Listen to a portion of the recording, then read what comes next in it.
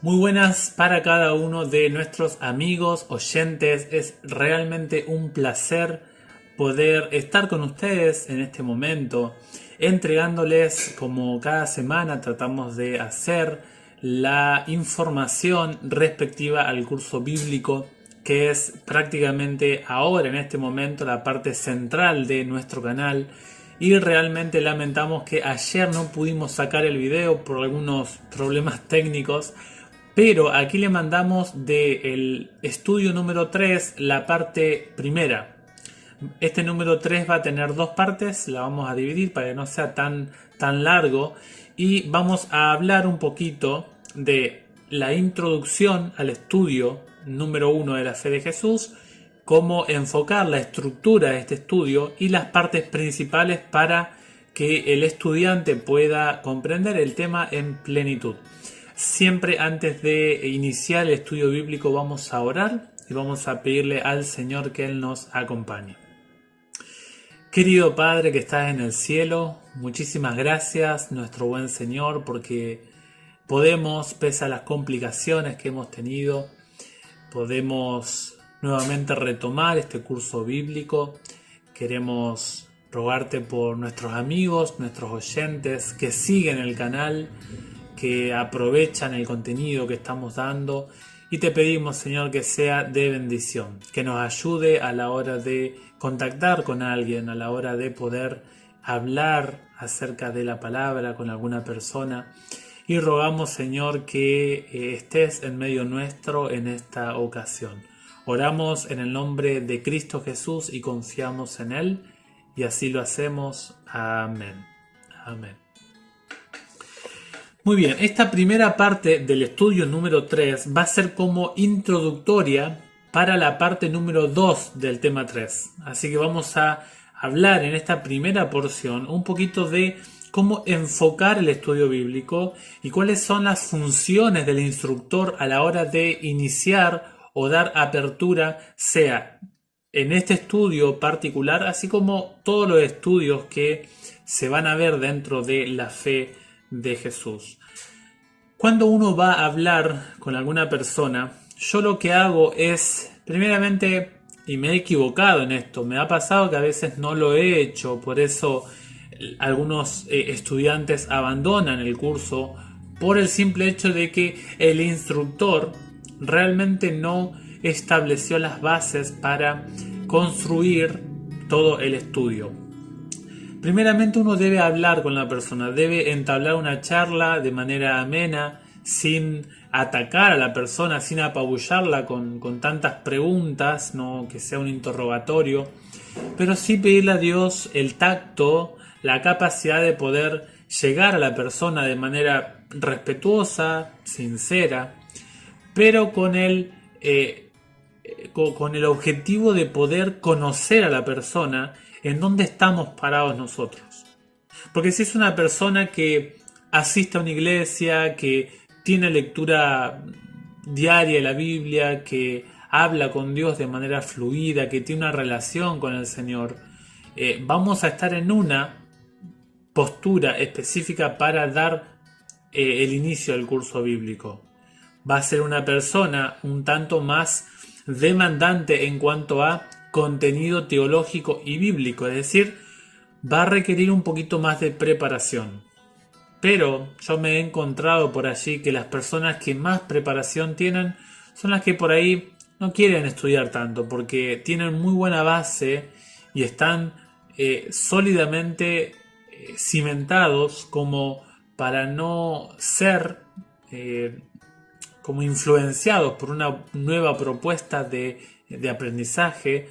Por lo tanto, y generalmente cuando hay una persona de esta postura espiritual, es una persona que tiene cargos en su iglesia, que trabaja, que está activo, es decir, tiene un perfil que son elementos que por ahí pueden llegar a decirnos que no, gracias, con mucho respeto, van a empezar y van a ver de que si nuestro estudio es muy básico, se van a aburrir y van a terminar quizá dejando el curso, o quizá van a requerir de mucha información, que nos van a hacer preguntas, etcétera. Es decir, si hay una persona así, vamos a trabajar de una manera, pero vamos a hacer de cuenta que nosotros vamos a dar inicio a un curso bíblico desde cero, con alguien que no sabe de la Biblia. Yo generalmente inicio así el estudio por el simple hecho de que no doy nada por sentado, ¿sí? Es decir, yo no dejo de que quede a la posibilidad de que una persona no aprenda o no tenga en cuenta estos elementos, porque son importantes a la hora de iniciar el curso bíblico, y es digno de ser tenido en cuenta estos elementos que para algunos dirán eso es muy básico. Pero recuerde, instructor, no dé nada por sentado, nada. Haga de cuenta de que está hablándole a un niño. Use lenguaje sencillo, claro. No sea, no utilice palabras ni muy teológicas, ni muy rebuscadas, sino sea clarísimo, como era Cristo, ¿sí? Bien sencillo, al punto. Sí, tratando de explicar la Biblia en su respectivo orden, ¿no? A lo que está hablando el texto bíblico. Yo lo que hago con una persona es darle algunos datos de cómo está compuesta la Biblia. Porque una persona que nunca leyó la Biblia no sabe el orden que tiene la Biblia, la estructura que tiene la Biblia. Y por eso yo me hice un gráfico. Ustedes lo pueden hacer también en su casa. Hacer una línea de tiempo dividiendo las porciones de la Biblia y las secciones que tiene, que son dos, las secciones más generales que tiene la Escritura, que son el Antiguo y el Nuevo Testamento. Es decir, contarle a la gente en qué fecha está aproximadamente la Biblia descrita, cuánto tiempo llevó, los capítulos. Eso va a tener que ser un trabajo de hormiguita. La lectura bíblica, poder manejar capítulo y versículo. A veces nosotros vamos y a la gente le decimos, busquen Proverbio 3.2. Y la persona ni siquiera sabe qué es 3.2, o sea, no entiende nada. Nosotros debemos ser muy cautos a la hora de enseñar con la persona que tenemos enfrente, porque quizás es alguien que nunca agarró la Biblia y la vamos a confundir y la vamos a hacer sentir mal. Entonces, evitar ese tipo de cosas. Primeramente, nosotros debemos ubicarla geográficamente a la persona. Si usted puede hacer un dibujito, una línea de tiempo, más o menos para ubicarle cómo transcurre la historia humana, cómo es antes de Cristo y después de Cristo. Es interesante que la historia nuestra, la historia humana, se divide, se separa. Hay un antes y un después con la llegada de Cristo Jesús. Es decir, algo nos dice de que la persona de Cristo divide la historia, la era cristiana, influye en la división o en la perspectiva del transcurso de la historia. Tenemos que comenzar a decirle a la persona que el primer autor que escribió fue Moisés. Él escribió básicamente en los años 1450 aproximadamente, y su libro Génesis nos cuenta qué ocurrió 2600 años antes de la llegada del pueblo, la formación del pueblo hebreo. Génesis nos cuenta, por ejemplo, cómo fue estructurado el planeta Tierra en sus inicios. Es decir, si bien la Biblia empieza y ya había transcurrido mucha historia, nos cuenta el inicio de cómo surgió la existencia humana. Y luego nosotros vamos a dirigirnos hacia Moisés, luego los reyes, luego los profetas, ¿sí? Y nos acercamos hasta unos 4 siglos antes de la llegada de Jesús. Aproximadamente el año 425 escribió el profeta Malaquías, allí cerrando el Antiguo Testamento. Y nosotros vamos a ver que en el año 44 después de Jesús, vamos a ver de que se inicia la escritura del Nuevo Testamento. En el Nuevo Testamento vamos a tener los evangelios, Vamos a tener un libro de los Hechos de los Apóstoles que se describe los inicios, los orígenes, el surgimiento de la iglesia cristiana. Luego vienen las epístolas que viene del apóstol Pablo, el apóstol Santiago, también Pedro, Juan, Judas, y finalmente viene el libro de Apocalipsis, que es el libro profético por excelencia del Nuevo Testamento, que tiene un alto grado de complementación con el libro de Daniel del Antiguo Testamento. Es decir, primero se estudia Daniel y después se estudia el libro de Apocalipsis. Y en el Antiguo Testamento también tenemos secciones como en el Nuevo. Tenemos la parte de el Pentateuco, tenemos los libros poéticos e históricos que se les llama los Nevi'im, y luego tenemos la parte de los profetas que se llama los Ketuvim, que es lo que comúnmente se conoce como la Tanakh, ¿sí? La Tanakh, ¿okay? La Torá, los Nevi'im y los Ketuvim. Es decir, el orden del Nuevo Testamento es parecido o también tiene un orden el Antiguo Testamento. Ambos testamentos tienen un orden en sí mismos. Ahora, cuando uno habla con la persona le puede preguntar ¿qué es testamento? ¿Por qué se le llama antiguo? ¿Y por qué se le llama nuevo testamento? Nosotros debemos contarle a la persona que la palabra pacto o la palabra berit es la palabra testamento que se utilizaba dentro del marco oriental. Nosotros debemos contarle a la persona que en el oriente se manejaba el sistema pactual muy diferente a como nosotros lo vemos hoy en día.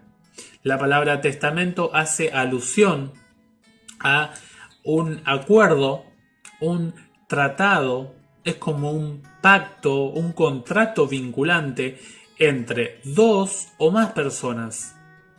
Y esta palabra pacto o testamento tiene exclusivamente que ver con tanto personas como naciones o al menos dos partes en sí mismas. En el cercano oriente se confirmaba, o sea, se concretaba un pacto. Es interesante que se mataban animales y se los partía y se pasaba por el medio. Allí en Abraham, por ejemplo, el caso de Abraham hizo un pacto con el Señor. Allí en Génesis 24 aproximadamente, si no mal recuerdo. Es interesante que esta abertura del cuerpo del animal representaba la consecuencia de aquel o aquella persona que violara el acuerdo.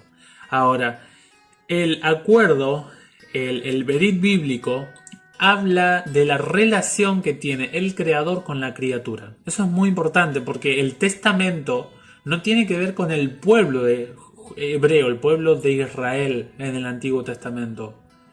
El protoevangelio, o sea, el evangelio mínimo presentado en Génesis 3:15 nos muestra claramente el anuncio del centro del pueblo de Israel, que es la persona de Cristo Jesús.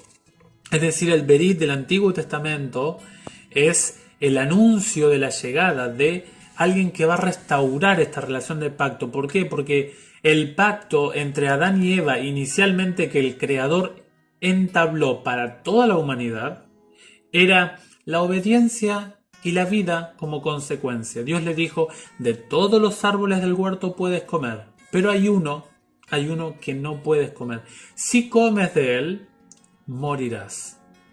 Es decir, el pacto era de elegir, obedecer y vivir para siempre. Desobedecer, había una ruptura del pacto y la consecuencia era la destrucción. Así como el ser humano desobedeció el acuerdo de Dios, ahora vinieron las consecuencias. Llegaron los efectos, los resultados de esta elección del ser humano. Pero el ser humano, Dios amó tanto al ser humano que se puso, allí en el apóstol Pablo habla de que de las eternidades de los tiempos Dios tenía un plan de restauración, de redención para la raza humana. Entonces se puso en ejecución, se activó, se puso en modo on, encendido, el plan de salvación. Iba a llegar alguien que iba a restaurar la posición del ser humano en la situación transgredida del pacto entre el Creador y la criatura. Y eso se trata todo el Antiguo Testamento, el plan de Dios para enseñarle al pueblo todas las funciones que iba a hacer Cristo Jesús cuando Él viniera. Esa es toda la parte de la ceremonia. Hubo una transgresión moral que Dios enseñó cómo se iba a restaurar esa transgresión por lo ceremonial. Eso es la palabra pacto, de manera muy, pero muy resumida, ¿sí? Ahora, algunos elementos que usted debe tener en cuenta cuando le habla a la gente. ¿Qué significa la palabra Biblia? La palabra Biblia en plural no es de nuestro idioma español, sino que viene del griego, que es conjunto de libros. De allí viene, por ejemplo, bibliografía, ¿sí? Referencia bibliográfica o biblioteca. Son palabras que vienen de esta palabra que también significa Biblia, es decir, la palabra Biblia involucra conjunto de libros. Es decir, uno cuando mira la palabra Biblia debe saber de que tiene la biblioteca portátil divina, la biblioteca portátil de Dios. Así como uno hoy encuentra bibliotecas virtuales, nosotros tenemos la biblioteca del cielo descrita en hoja enteramente a nuestra disposición. Y a veces no la valoramos. Hay unos 1600 años de escritura, diferentes tipos de personas escribieron el libro de Dios, algunos de las cárceles, otros de palacios, otros de siendo sirvientes de un monarca. Hay grandes reyes que han escrito la Biblia, es decir, hay mucha variedad de escritores. Y cada escritor tiene un perfil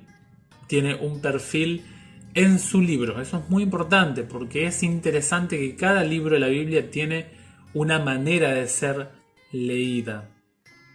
Y son aproximadamente unas 40 personas que escribieron este libro. Pero es interesante que no hay tiempo para leer todos los textos, pero si usted busca, por ejemplo, allí en Éxodo 24, usted va a ver de que el que le dice a Moisés que escriba es Dios.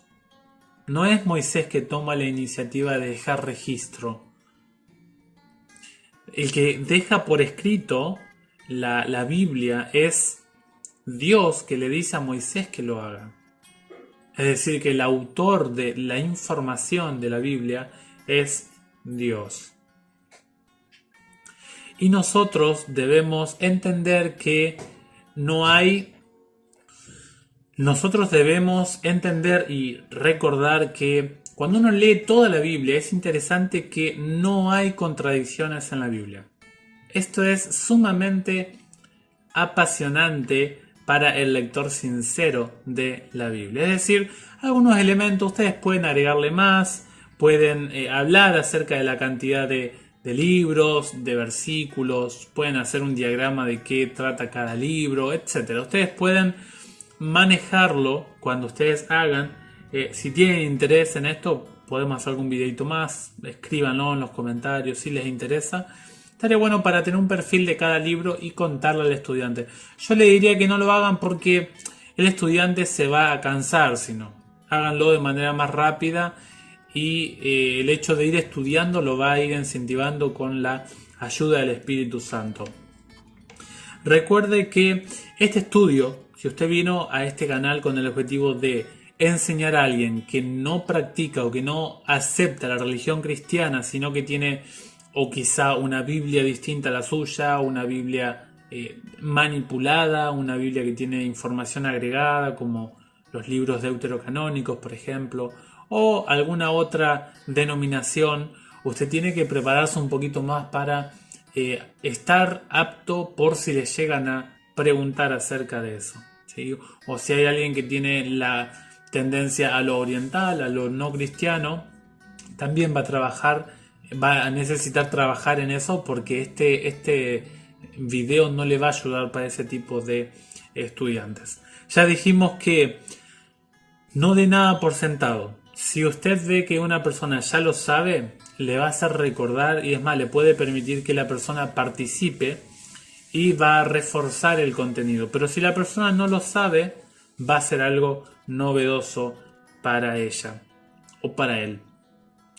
Yo le recomendaría, y en esto a veces como instructor bíblico, aquellos que no conocen qué es esta palabra, es una actividad que tiene nuestra iglesia dentro de la parte de la misión del evangelismo, que es un programa de cierto tiempo, de 4 a 6 meses, que se les encarga a un instructor bíblico para trabajar en cierta zona con el objetivo de enseñar de la Biblia a cierto sector poblacional, y por ende la finalidad de el trabajo de un instructor es enseñar, instruir en la Biblia a esa población, a ese sector social. Pero generalmente cuando se trabaja como instructor se tiene un ritmo de trabajo, y el jefe nuestro, ¿no?, el que nos conduce en el trabajo, en la tarea, nos exige a veces, y a veces eso trae un poco de complicación. Es decir, no se apresuren las lecciones, por más que si usted es instructor, si usted es instructora, avance de manera tranquila en las lecciones, que nadie lo apresure. Tampoco esté 3 lecciones en una semana, ¿no? Pero dedíquele tiempo. Yo le dedico más o menos entre 40 a 50 o quizá 60 minutos una lección, depende del estudiante, ¿sí?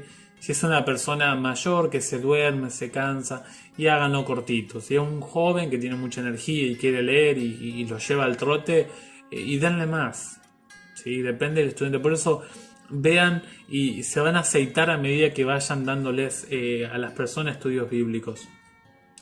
Yo no paso de un texto bíblico o de una lección a otra. ¿Por qué? Porque si la persona... yo no paso una lección a otra, un texto bíblico a otro, si la persona no entendió. ¿Por qué? Porque me va a traer problemas en el futuro, ¿sí? Por eso ustedes, si tienen que dedicar un tiempito, qué sé yo, si la persona no entiende el estado de alguien que se murió y tiene ideas un poco contrarias a la Biblia, dedíquenle un tiempito. Si pueden hacer una lección más a la semana, con tal de que la persona tranquilamente se saque sus dudas, acomodarse. Le va a tocar quizá hacer lecciones hasta tarde, le va a tocar estudiar, leer, pero no deje que la persona quede con dudas. No pase a otra lección sin que la persona entienda. Y cabe destacar que vaya confiado en el Señor, ¿sí? Vaya confiado en el Señor, porque es la garantía más grande que uno tiene es ir confiado en la ayuda del Señor. Yo le digo honestamente, cuando uno se sienta a dar un estudio bíblico con la persona, el más beneficiado es uno. Y ahora les voy a explicar un poquitito así de manera rápida las partes que tiene un estudio bíblico. Tiene una introducción, un cuerpo o un desarrollo, y una conclusión o un llamado final, o una invitación. La parte de la introducción es muy importante, porque la introducción dedicamos unos 5 a 7 minutos, tampoco es cronometrado, pero cuídense en esto porque a veces nos lleva mucho tiempo esto, de hablar con la persona cómo le fue, cómo le ha ido, cómo está, si ya ha empezado a estudiar, cómo le va con tal familiar, cómo le va con la Biblia. Es decir, charlen un ratito, hagan una introducción de tiempo para que la persona pueda acomodarse, ¿no? Que pueda entrar en ambiente, y para hacer una introducción al estudio bíblico. Yo lo que hago por allí es, en la introducción, es recordar lo que se estudió la clase pasada. No le doy nuevamente la lección, pero 2 o 3 minutos los puntos centrales. Y luego lo que hago también es leerle 2 pasajes. Hagamos de cuenta que vamos a iniciar el estudio bíblico. Yo lo que hago es leerles 2 pasajes a la persona que se lo quiero compartir a ustedes, para que vean o podamos aprovechar cómo podemos usar los 2 pasajes que queremos, con el objetivo de dar una introducción o un inicio a la lección. Vamos a hablar hoy de la palabra de Dios. ¿Para qué sirve la palabra de Dios? ¿Qué nos da la palabra de Dios? ¿Cuál es la diferencia entre alguien que no conoce la Biblia a alguien que sí conoce la Biblia? Bueno, esto lo que va a ser, estos dos textos que vamos a leer, va a ser una introducción al tema de hoy. El versículo 23 del capítulo 44 del libro del profeta Ezequiel nos dice algo acerca de los que enseñamos la Biblia. Si bien está hablándole acá a los sacerdotes, que Ezequiel escribió allí por el 490 a.C., si bien en ese momento había sacerdotes que estaban en actividad plena dentro del pueblo, si bien Ezequiel fue al cautiverio, se había destruido, Nabucodonosor había destruido, había sido llevado al cautiverio del pueblo de Israel, pero estaban todavía los sacerdotes y Ezequiel era un sacerdote. Hoy en día, ¿quiénes cumplen la función de un sacerdote? A nivel familiar lo cumple el varón. A nivel eclesiástico lo cumplen los pastores, los ancianos. Y saben, dice el texto, los sacerdotes instruirán a mi pueblo sobre la diferencia entre lo sagrado y lo profano y le enseñarán a distinguir lo puro de lo impuro. Noten ustedes que la Biblia, de manera directa, hace la distinción entre lo puro y lo impuro, entre lo sagrado y lo profano. Y la diferencia a cada hermano, a cada miembro, le tiene que ayudar el pastor, el ministro, a realizar esa distinción. Pero tristemente habla de la actitud que tuvieron estos hombres en Ezequiel 22 y el versículo 26. Dice, estos sacerdotes, dice, sus acciones, dice los sacerdotes, en sus acciones han violado mi ley, han profanado mis cosas santas, no han separado lo sagrado de lo profano, ni han hecho conocer la diferencia entre lo puro y lo impuro. Han cerrado sus ojos a mis sábados y yo he sido profanado en medio de ellos. Es decir, en Ezequiel 44 está la propuesta de Dios, está la normativa a la altura teológica, a la función de maestro que le daba Dios a los pastores de aquel entonces. Pero en Ezequiel 22 habla de que en este texto los líderes no cumplieron su función. Por lo tanto, el pueblo erró y cayó en pecado, y el nombre de Dios fue blasfemado, fue tomado para la vergüenza. Es decir, que los sacerdotes no cumplieron la función. Por ende, el pueblo debe ser estudioso de las Escrituras, no debe depender de un pastor. Sí, el pastor tiene responsabilidades, obviamente, y el miembro también para con el pastor, pero el hecho es que por la deficiencia del líder en el pueblo de Dios, del Antiguo Testamento, el pueblo cayó en pecado y el pueblo avergonzó el nombre de Dios. Por eso, si uno no quiere avergonzar el nombre de Dios, debe distinguir lo bueno de lo malo. ¿Y cómo se enseña lo bueno y lo malo? ¿Cómo se aprende a distinguir lo que está bien de lo que está mal?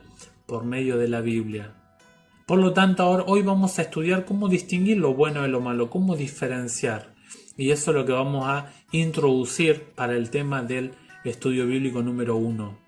Y finalmente la conclusión, es decir, hay un cuerpo que es luego de esta introducción, los textos que voy a emplear, 5, 6, 7 textos, depende el tiempo y cómo yo lo explique estos textos, viene la conclusión final. Se hace un llamado, una invitación a las personas para que puedan tomar una decisión. ¿Confía usted en la Biblia? ¿Cree que la Biblia es palabra de Dios? ¿Cree que la Biblia le da algo bueno para usted? Es decir, que ahora viene el tema de la invitación y la decisión personal. Y se cierra con una oración. Esperamos que este video haya sido de edificación, de construcción para usted, mi querido instructor, instructora, Que el Señor le bendiga en su ministerio. Espere por favor la segunda parte, que pronto se la haremos llegar con mucho cariño. Nos vemos en el siguiente video, en la siguiente programación, y el Señor le bendiga y siga siendo de bendición para otros también.